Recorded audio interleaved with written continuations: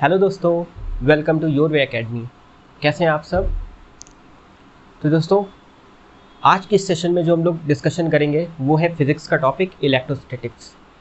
आप लोग ने इलेक्ट्रोस्टैटिक्स पहले भी पढ़ा होगा, और अगर नहीं पढ़ा है तो कोई बात नहीं, हम लोग आज यहाँ पे बहुत अच्छे तरीके से पढ़ेंगे और एक एक टॉपिक क्लियर करते हुए चलेंगे। तो दोस्तों, सबसे पहले तो हम लोग ये देखेंगे कि क्योंकि जैसा अगर आपने 11th अच्छे से पढ़ा है, ठीक है, तो आपको यहाँ पे कोई दिक्कत नहीं होने वाली है, ठीक, क्योंकि और वैसे भी मैं एकदम बेसिक से 0 लेवल से लेके चलूँगा और एकदम अच्छे स्टैंडर्ड लेवल तक पढ़ाऊँगा, ठीक है। तो यहाँ पे हम लोग सबसे पहले देखेंगे कि इलेक्ट्रोस्टैटिक होती क्या है, इसके अंडर में हम लोग क्या क्या पढ़ेंगे। और दोस्तों, सबसे इम्पॉर्टेंट बात तो ये है कि इलेक्ट्रोस्टैटिक एक ऐसा टॉपिक है जिससे बोर्ड्स में हमारे न्यूमेरिकल्स काफ़ी बनते हैं, ठीक है। तो दोस्तों, हम लोग सबसे पहले जो डिस्कशन करेंगे इसीलिए इलेक्ट्रोस्टैटिक का करेंगे, क्योंकि ये टॉपिक थोड़ा सा ईजी भी है और यहाँ से हम लोग लेके चलेंगे फिजिक्स को, ठीक है। तो दोस्तों, हम लोग इलेक्ट्रोस्टैटिक के बारे में पढ़ने जा रहे हैं। सबसे पहले तो हमें ये पता होना चाहिए कि व्हाट इज़ इलेक्ट्रोस्टैटिक। आखिर इलेक्ट्रोस्टैटिक है क्या? भाई, हम लोग पढ़ते तो हैं इलेक्ट्रोस्टैटिक, लेकिन हम लोग उस टर्म का मीनिंग नहीं समझ पाते कि आखिर इलेक्ट्रोस्टैटिक्स है क्या। तो दोस्तों, इलेक्ट्रोस्टैटिक्स आप समझ रहे हैं, अगर हम इस वर्ड को दो पार्ट में ब्रेक कर दें इलेक्ट्रोस्टैटिक्स को, तो इलेक्ट्रो सेपरेट करें और स्टैटिक्स सेपरेट करें। तो electro means here electro means what? Here electro means charge. And what is the meaning of statics? Statics means charge at rest. At rest. Static means at rest. तो अगर हम इसको combine करें तो इसकी complete meaning निकल रही है चार्ज एट रेस्ट। तो इसका मतलब हम लोग इलेक्ट्रोस्टैटिक्स में जो पढ़ने वाले हैं वो एट रेस्ट पर चार्ज को पढ़ने वाले हैं, यानी चार्ज को एट रेस्ट पर पढ़ने वाले हैं, ठीक है। तो दोस्तों, जहाँ पे चार्ज मूविंग होगा वो क्या होता है? तो जहाँ पे चार्ज मूविंग होगा वो हमारा इलेक्ट्रोडायनेमिक्स होता है, और वो हमारी इससे अलग सेक्शन है, ठीक है। तो दोस्तों, हम लोग और उसमें मोशन चार्ज जो होता है वो मोशन में होता है, ठीक है। यहाँ पे जो चार्ज है वो इलेक्ट्रोस्टैटिक है, तो यानी चार्ज एट रेस्ट है, ठीक। अब हम लोग बात करेंगे कि इलेक्ट्रोस्टैटिक में हम लोग यहाँ पे जो सबसे पहले पढ़ेंगे वो पढ़ेंगे इलेक्ट्रिक चार्ज के बारे में। तो चलिए दोस्तों, हम लोग जानते हैं कि इलेक्ट्रिक चार्ज क्या होता है। हम लोग जानने की कोशिश करते हैं इसको।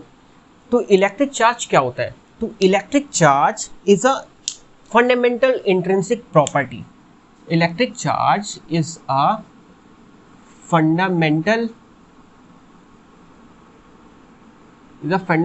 intrinsic property. Intrinsic property,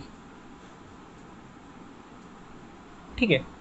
तो इलेक्ट्रिक चार्ज एक फंडामेंटल इंट्रिंसिक प्रॉपर्टी है जिसके वजह से क्या होता है कि इलेक्ट्रोस्टैटिक फोर्स एक्ट करता है, ठीक है। इलेक्ट्रोस्टैटिक फोर्स एक्ट करता है, ठीक। और हम तो अब जैसे कि मैं एक एग्जांपल से इस बात को समझा सकता हूँ। जैसे क्या है कि electric charge is a fundamental intrinsic property due to which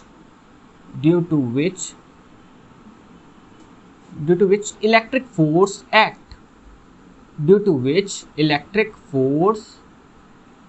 acts, ठीक। तो हमने बता दिया कि आपको कि इलेक्ट्रिक चार्ज एक फंडामेंटल इंट्रिंसिक प्रॉपर्टी है due to which electric force act. अब यहाँ पे बात आती है कि इंट्रिंसिक प्रॉपर्टी क्या है। तो इंट्रिंसिक प्रॉपर्टी क्या होती है, तो इस बात को मैं आपको एक एग्जांपल से समझाता हूँ। Let me take an example.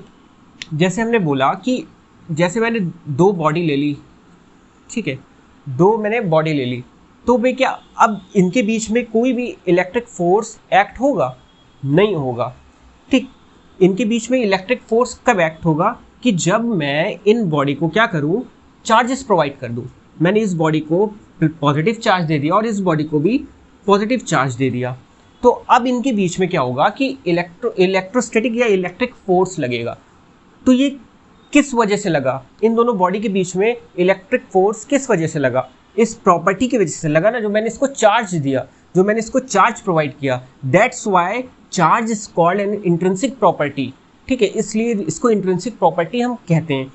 अब हम यहाँ पे क्या देखेंगे कि अगर पॉजिटिव चार्ज है दो तो ये क्या आपस में क्या होंगे? रिपेल होंगे, ठीक। और क्योंकि लाइक चार्जेस रिपेल होते हैं और अनलाइक चार्जेस क्या होते हैं? अनलाइक चार्जेस क्या होंगे? अट्रैक्ट हो जाएंगे। तो जो फोर्स ऑफ डायरेक्शन होगा एक दूसरे की तरफ होगा, ठीक। और यहाँ पे ये जैसे लाइक चार्जेस है माइनस और माइनस, ये भी क्या होंगे? आपस में एक दूसरे से दूर जाएंगे, ठीक है, रिपेल करेंगे। तो ये किस वजह से इन दोनों के बीच में फोर्स लग रहा है? तो चार्ज की वजह से लग रहा है। That's why we called charge is a fundamental intrinsic property, ठीक। इस वजह से electric charge fundamental intrinsic property कहलाता है। ठीक, अब यहाँ पे हम देखेंगे कि इलेक्ट्रिक चार्ज की जो सिंबल होती है वो क्या होती है। ठीक है, तो इलेक्ट्रिक चार्ज की जो सिंबल है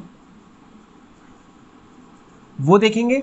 उससे पहले हम सिंबल से पहले बात करेंगे, यहाँ पे पहले बात आती है कि सिंबल क्या है। ठीक है, अब हम यहाँ पे बात करेंगे कि इसकी यूनिट SI यूनिट क्या है। ठीक है, ठीक है, इसकी SI यूनिट क्या है। तो इसकी SI यूनिट की जब हम बात करेंगे तो इसकी SI यूनिट क्या कहलाएगी, कूलम। ठीक है, इसकी SI यूनिट क्या होती है, कूलम होती है। ठीक है, अब बात होती है कूलम है क्या। ठीक है, अगर हमें एक 1 कूलम को डिफाइन करने के लिए मान लो डेफिनेशन आ जाए तो हम कैसे डिफाइन करेंगे कि एक कूलम क्या होता है। तो हम यहाँ पे कहेंगे कि 1 कूलम क्या है, तो 1 कूलम क्या है, ये एक चार्ज है ना, is a 1 coulomb is a amount of charge flowing in 1 second. ठीक है, यानी 1 एम्पेयर करंट 1 सेकेंड में अगर जो फ्लो करता है हम उसी को क्या बोल देते हैं, चार्ज बोल देते हैं। तो ये चार्ज है, कूलम क्या है, कूलम क्या है, चार्ज। और चार्ज का सिंबल क्या होगा, इसका Q। ठीक है, Q से इसको हम डिनोट करेंगे इस सिंबल को। तो हम किसको कह सकते हैं कि 1 एम्पेयर करंट 1 सेकेंड में। ठीक है, 1 सेकेंड में 1 एम्पेयर करंट जो फ्लो करता है उसे हम क्या कहते हैं, कूलम कहते हैं। ठीक है, कूलम कहते हैं। ठीक, तो ये होगी बात कूलम की। ठीक है, अब हम यहाँ पे बात करेंगे कि ये तो इसकी SI यूनिट हो गई। अगर कोई पूछ लेता है कि भाई CGS यूनिट बता दो, CGS यूनिट क्या होगी। ठीक है, तो इसकी CGS यूनिट जो होती है वो ESU होती है। ठीक है, CGS यूनिट क्या होती है, ESU। ठीक है, अब ये ESU को फुल फॉर्म क्या है, तो यहाँ पे इलेक्ट्रोस्टैटिक यूनिट हो जाएगी। ठीक है, इलेक्ट्रोस्टैटिक यूनिट। ठीक है, यहाँ पे सब स्मॉल में होगा। ठीक है, सब स्मॉल में होगा, इलेक्ट्रोस्टैटिक यूनिट। ठीक है, यू भी स्मॉल। ठीक है, तो इलेक्ट्रोस्टैटिक यूनिट होती है। अब यहाँ पे बात आती है कि भाई इलेक्ट्रोस्टैटिक यूनिट क्या होती है। ठीक है, तो जब भी हम 2 चार्ज को 1 सेंटीमीटर के सेपरेशन पे रख देंगे तो जब उनके बीच में जो एक डाइन का फोर्स लगता है उसे हम क्या बोलते हैं, इलेक्ट्रोस्टैटिक यूनिट बोलते हैं। ठीक है दोस्तों, मैं आपको समझा दे रहा हूँ, आप लिख लेना इसको। ठीक है, तो अगर कोई पूछे कि 1 इलेक्ट्रोस्टैटिक यूनिट क्या होता है, तो 1 इलेक्ट्रोस्टैटिक यूनिट होता है आपका कि अगर आपके जो चार्ज है उनके बीच में 1 सेंटीमीटर की दूरी हो, यानी 1 सेंटीमीटर के सेपरेशन पे रख जाए तो उनके बीच में जो एक डाइन फोर्स लगता है, ठीक है, वो क्या कहलाता है, CGS, वो इलेक्ट्रोस्टैटिक यूनिट कहलाता है।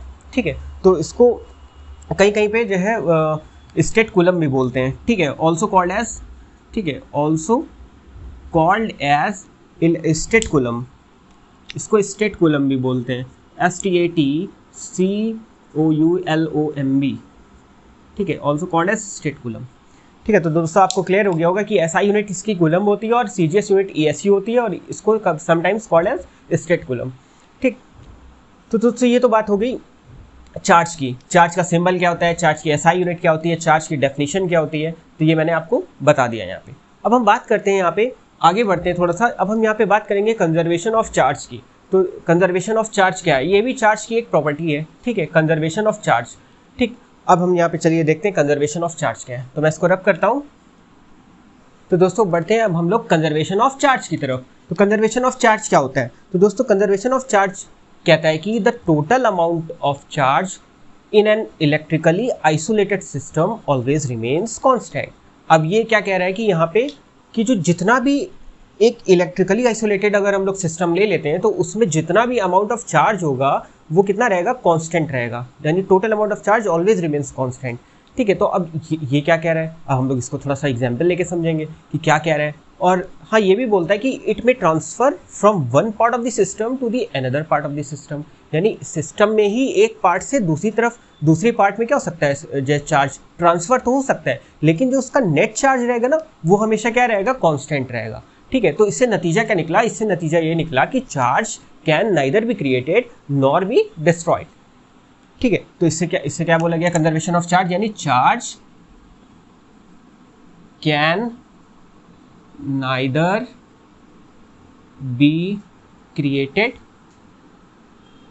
Nor be destroyed. ठीक, तो ये एक तो इसकी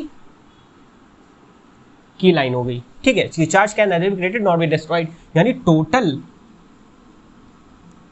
total amount of charge in an electrically isolated system always remains constant। ठीक, अब हम इस बात को हम लोग एक एग्जाम्पल से समझते हैं। ठीक है, जैसे कि हम यहाँ पे कह लें कि यहाँ पे क्या हुआ कि दो आइसोलेटेड सिस्टम है। ठीक है, ये इलेक्ट्रिकली आइसोलेटेड सिस्टम है। ठीक है, ये आइसोलेटेड सिस्टम और ये नॉन आइसोलेटेड सिस्टम है। नॉन आइसोलेटेड सिस्टम मतलब हम ये पूरा आइसोलेटेड नहीं है, यानी हमने क्या कर दिया, इसमें अर्थिंग करवा दी है। ठीक है, हमने इसमें क्या करा, अर्थिंग करवा दी, यानी अर्थड। ठीक, और मैं यहाँ पे कहता हूँ कि इसमें कुछ पॉजिटिव चार्ज है और कुछ नेगेटिव चार्ज हैं।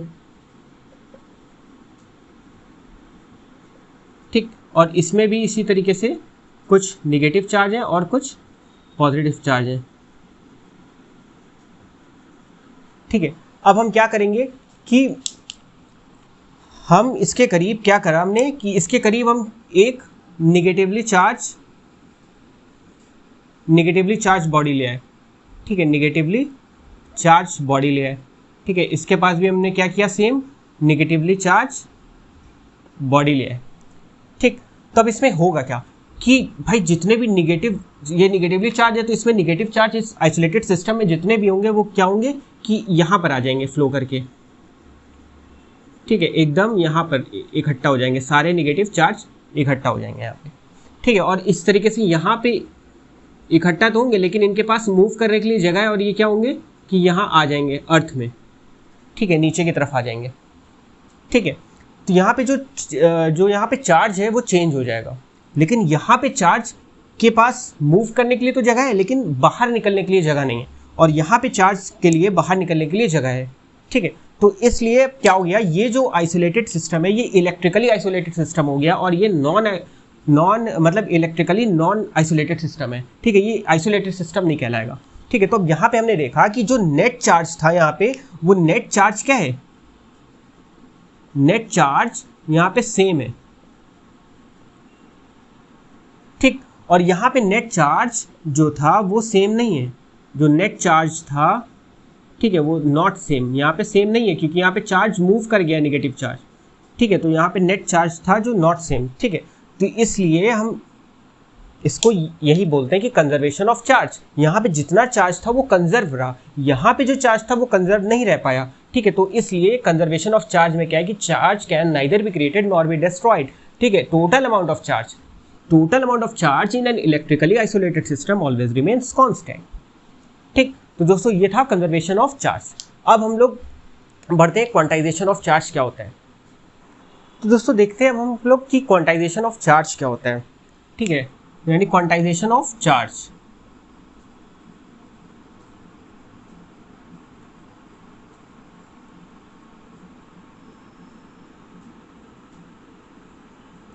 तो दोस्तों क्वांटाइजेशन ऑफ चार्ज क्या होता है, क्वांटाइजेशन ऑफ चार्ज कहता है कि जो चार्ज है, ठीक है, वो क्वांटाइजेशन रूल फॉलो करेगा। ठीक है, अब ये क्वांटाइजेशन रूल क्या है, ठीक है, ये चार्ज क्वांटाइजेशन रूल फॉलो कर रहा है, या आखिर है क्या। तो क्वांटाइजेशन ऑफ चार्ज हम इसको एक आसान भाषा में कह सकते हैं कि जितना भी यूनिवर्स में कोई भी चार्ज है, यूनिवर्स में एनी चार्ज, यानी any charge in the universe follows the quantization rule, मतलब is an integral multiple of the fundamental electronic charge, is an integral multiple of fundamental electronic charge। अब आसान भाषा में एक लाइन में हम लोग क्या कह सकते हैं कि every charge of the universe is an integral multiple of fundamental electronic charge। तो हम इस बात को लिखते हैं, ठीक है, every charge is an integral multiple integral multiple of fundamental electronic charge, fundamental electronic charge.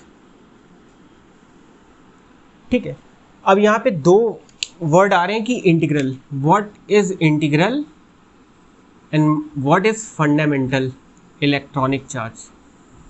ठीक है, ये क्या है? ठीक है, तो चलिए हम लोग इस बात को समझते हैं कि integral multiple of fundamental charge क्या है। देखिए, इंटीग्रल मतलब होता है कंप्लीट वैल्यू, इंटीग्रल का मतलब होता है कंप्लीट वैल्यू, यानी फ्रैक्शन में नहीं होना चाहिए। ठीक है, यानी अब एक बात यहाँ से और समझ में आई कि charge can never be in fraction. ठीक है, तो चार्ज जो है वो कभी भी फ्रैक्शन में नहीं होगा, वो हमेशा क्या होगा, इंटीग्रल वैल्यू होगा, यानी कंप्लीट वैल्यू होगा integral multiple of fundamental electronic charge. Fundamental electronic charge हम किसे बोलते हैं? तो जो इलेक्ट्रॉन पे जो स्मॉलेस्ट चार्ज जो होता है उसे हम फंडामेंटल इलेक्ट्रॉनिक चार्ज बोलते हैं। ठीक है, यानी fundamental electronic charge is the charge of an electron. ठीक है, तो ये क्या है? Is the charge of an electron.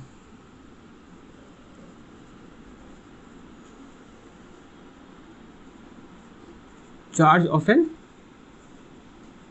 Electron. और चार्ज कितना होता है इलेक्ट्रॉन पर? सबको पता है कि माइनस का 1.6 into 10 to the power -19 coulomb. ठीक है, तो दोस्तों माइनस किस लिए लगाते हैं? सबको पता है कि माइनस हम लोग इसलिए लगाते हैं क्योंकि इसका जो इलेक्ट्रिक फील्ड की तरफ जो इसका रिस्पॉन्स होता है वो क्या होता है, away from the electric field. ठीक है, तो इसलिए हम जो है डायरेक्शन के लिए माइनस यूज़ करते हैं। ठीक है, तो चार्ज क्या है 1.6 इंटू 10 टू पावर -19 कूलम। तो यही हमारा फंडामेंटल चार्ज होता है, यानी इलेक्ट्रॉन पर हमारा फंडामेंटल चार्ज है जो वो ये होगा। ठीक है, तो हम इसको ये कैसे लिख सकते हैं, और हम जानते हैं क्वांटाइजेशन यानी चार्ज जो होता है वो Q से डिनोट करते हैं, और इंटीग्रल मल्टीपल जो होता है वो n क्या है, n एक इंटीजर है। ठीक है, तो n इंटू ई, यानी जो चार्ज है, ठीक है, वो क्या होता है, इंटीग्रल मल्टीपल ऑफ, यानी अगर चार्ज इंटीग्रल मल्टीपल ऑफ मतलब 1 इंटू ई। ठीक है, और 2 इंटू ई। ठीक है, तो यहाँ पे क्या हो गया 1e 2e। ठीक है, इसी तरीके से 3e 4e। ठीक है, यानी कितने, 4 इलेक्ट्रॉन पर का चार्ज मिलकर 4 ही बनाएगा, 3 इलेक्ट्रॉन होंगे तो 3e चार्ज होगा। ठीक है, 2e चार्ज होगा। ठीक है, इस तरीके से इंटीग्रल वैल्यू है। ठीक है, तो दोस्तों यहाँ पर ये ध्यान रखिएगा, Q is equal to NE, इस एक्सप्रेशन से हम डिनोट करते हैं। ठीक है, और यहाँ पे हम फ्रैक्शन में नहीं हो सकता, यानी चार्ज कभी 0.5 इलेक्ट्रॉन नहीं होगा। ठीक है, 0.7 इलेक्ट्रॉन नहीं होगा, 2.1 इलेक्ट्रॉन कभी नहीं होगा। ठीक है, चार्ज कभी इस तरीके से नहीं लिखा जाएगा। तो ये जो प्रोसेस है पूरा मैंने समझाया, इसी को हम क्या बोलते हैं, क्वांटाइजेशन ऑफ चार्ज बोलते हैं। यानी चार्ज कभी भी फ्रैक्शन में नहीं होगा, it is an always in the integral multiple of what, fundamental electronic charge. तो क्वांटाइजेशन ऑफ चार्ज दोस्तों टॉपिक यहाँ पे ख़त्म हुआ।